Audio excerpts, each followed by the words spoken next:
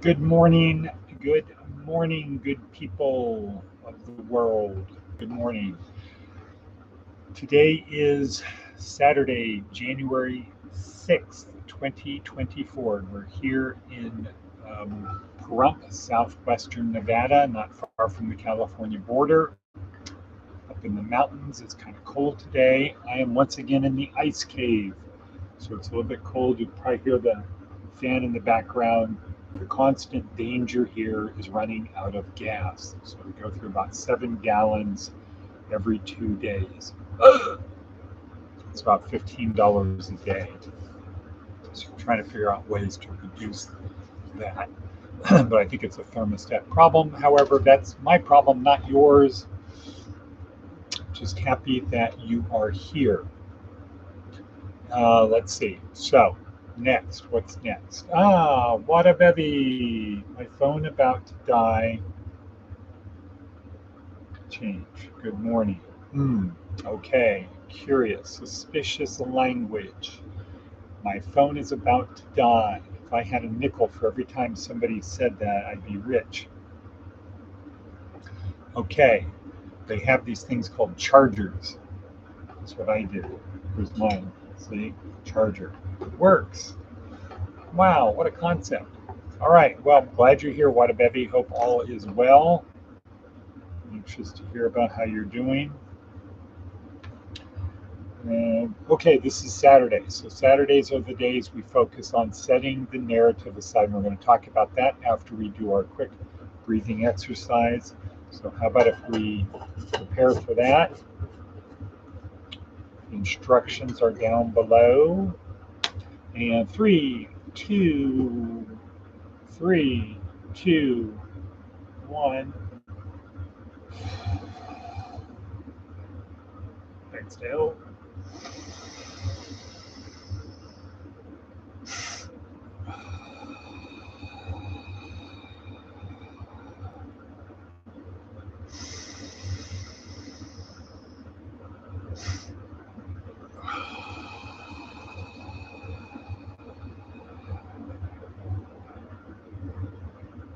And exhale. Okay, so we don't hold our breath in that one. That one is just about getting breath. I need something. I'll be right back.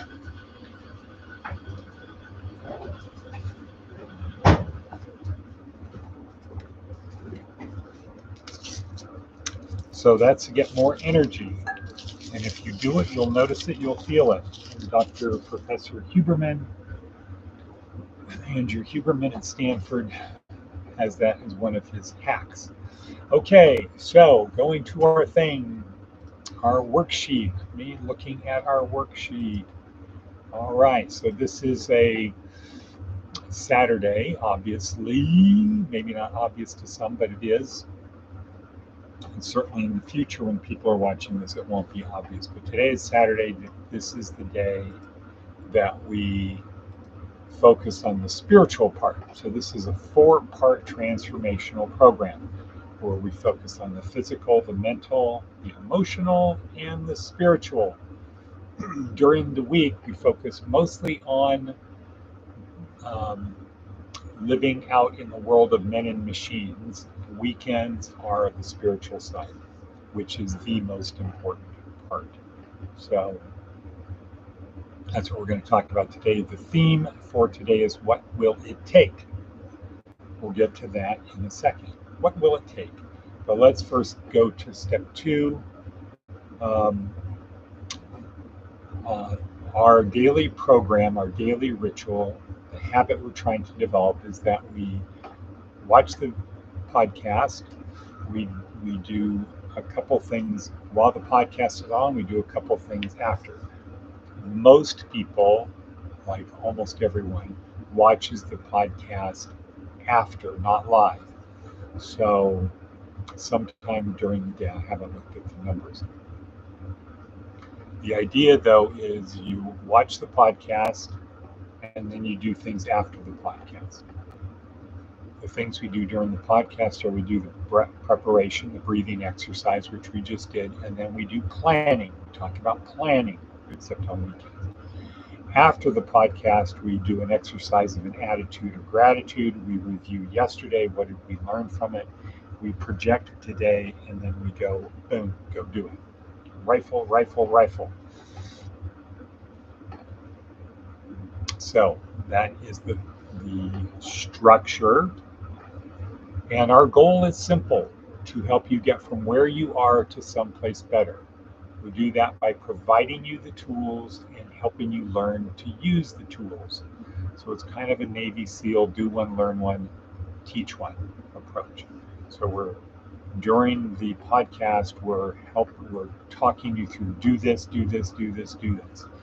Then on your own, you're learning by doing it, and then the objective, the goal, is to get you to do it with someone else. That's where you learn the most. Alrighty, so theme of today, what will it take? Our general theme on weekends is set the narrative aside. What's the narrative? The narrative is the beliefs that you have, the things you're carrying around with you. And we want to bracket that on spiritual beliefs that you have. And so we say on the weekends, take your beliefs, whatever you have, just set the narrative aside over here. Put it in a nice Louis Vuitton bag or whatever, gym bag, Under Armour, whatever. Put it in a bag. Put all of your narrative, your beliefs in a bag, all of your judgments in this virtual bag, and just set the bag over here. It's safe. Nobody's going to steal it. It's not going to go anywhere. The stuff inside isn't going to escape. Just set it over there. So what we want you to do is take your judgments, take your beliefs, take your opinions, and just set them aside for now. Okay? So that means you now have adopted the attitude of being a what? A student, right? Somebody who's interested in learning, somebody who doesn't say, I already know, and what you're telling me is wrong. That's not the exercise. The exercise is to be a student, to learn, because worst case, the absolute worst case is by setting the narrative aside, listening to a different approach, then picking up the narrative, comparing the two. Worst case is your narrative, your current beliefs will become stronger. That's the worst case. The best case is you'll say, I'm really not the expert I thought I was. There's still a place for me to learn. Because you know what the simple fact is, something we learned from Brown, Harvard, TED Talk.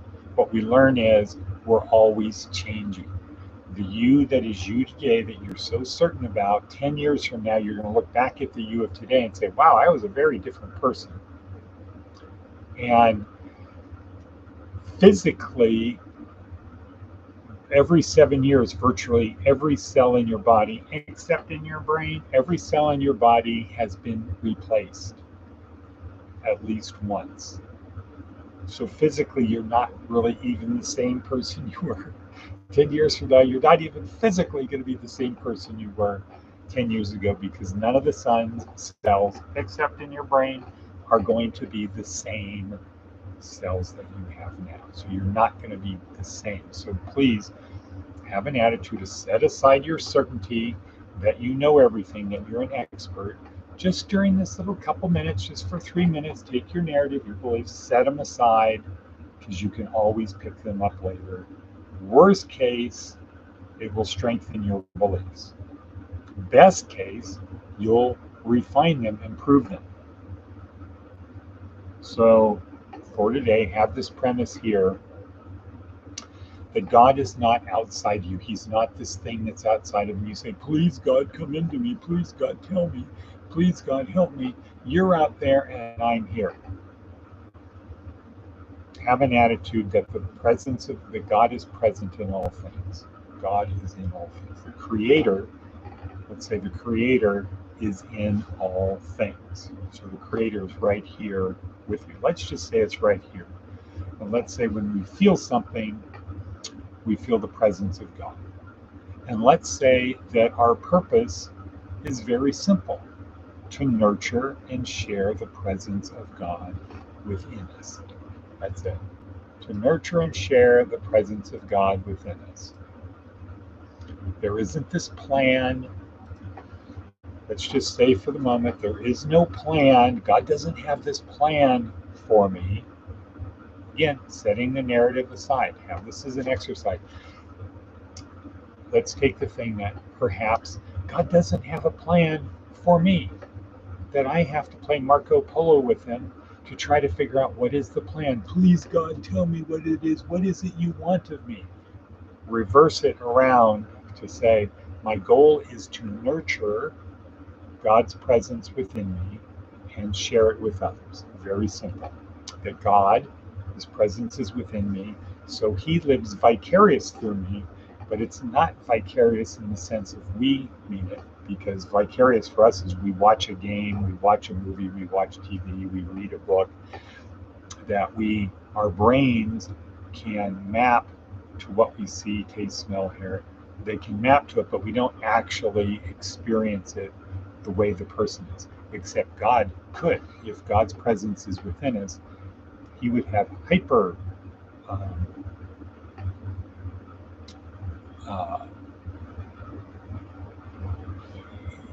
the ability to hyper experience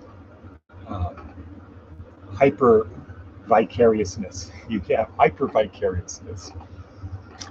So He would experience it. Now, if God has a hyper experience existence, if God has hyper vicariousness through us, and God is a creator, it would be logical that God would want us to do things that He would do, to create, to do good, to bring life, not destruction, not death. Okay? So are you with me? Now we're going to go to Seth Godin.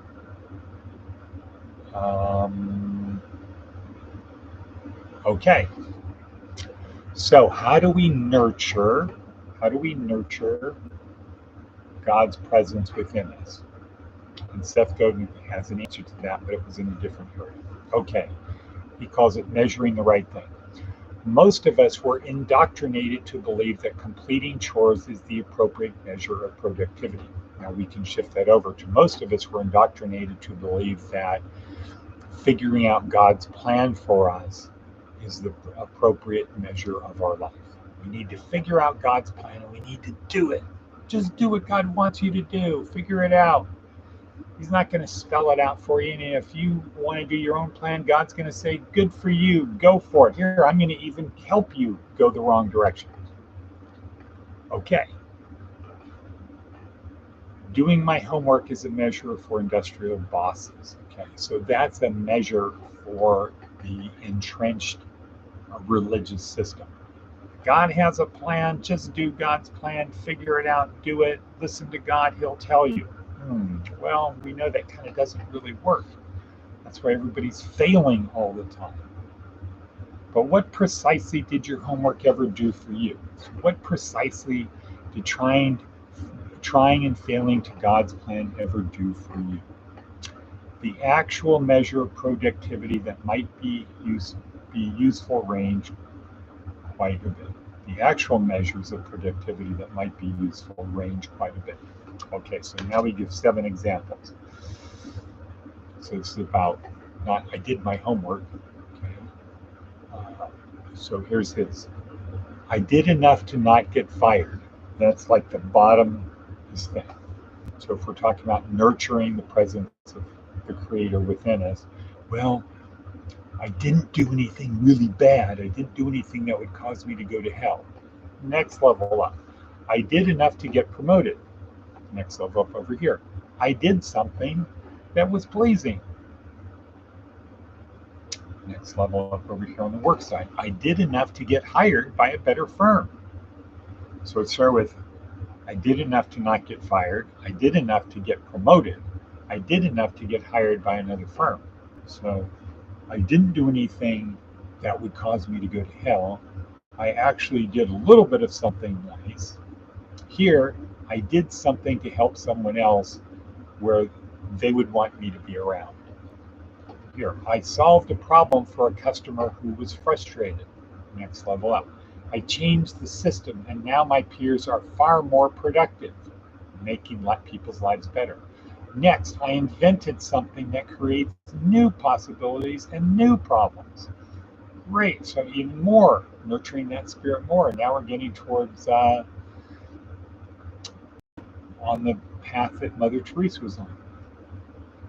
I created new assets that I can use and others can as well. Boom, replication. I didn't waste today. So if our life is a gift from the Creator, we shouldn't waste any day. And if you're able to say this, so for Seth Godin, the highest level of productivity, measuring the right thing, would be I didn't waste today, meaning I earned the day. Pick your measurement, and the impact of your chores will change. Okay, so if you want to set your chores to I did enough to not get fired, or I did enough to get promoted, big difference there, right? Or I did enough to get hired by a better firm. So not only was I did enough to get promoted, I did enough that somebody else might want to hire. I solved a problem that a customer had. People would hire people like that, right? So set the narrative aside. Look at this. This will be attached in the podcast, the worksheet. We're at 17 minutes in. We're going to call it a day. We've lost Wadabevi. And lastly, in closing, for those people who've made it all the way through, I have been accepted to the graduate program in pastoral ministry at Santa Clara University starting January 20th. It's an online course, but there's 6 hours a week of interaction, Zoom calls, live class, remote. So thanks to the pastors and people who have worked with me throughout the last year, Dave and Randy, Desert Oasis Mission, Dennis Thornton, all of the people here, Pastor Frank, the preacher, and everyone here who has helped me on this path, Gary from Trinity Church, to go forward and do this. All right, and thus we say, and goodbye, end of another day. Thank you all for being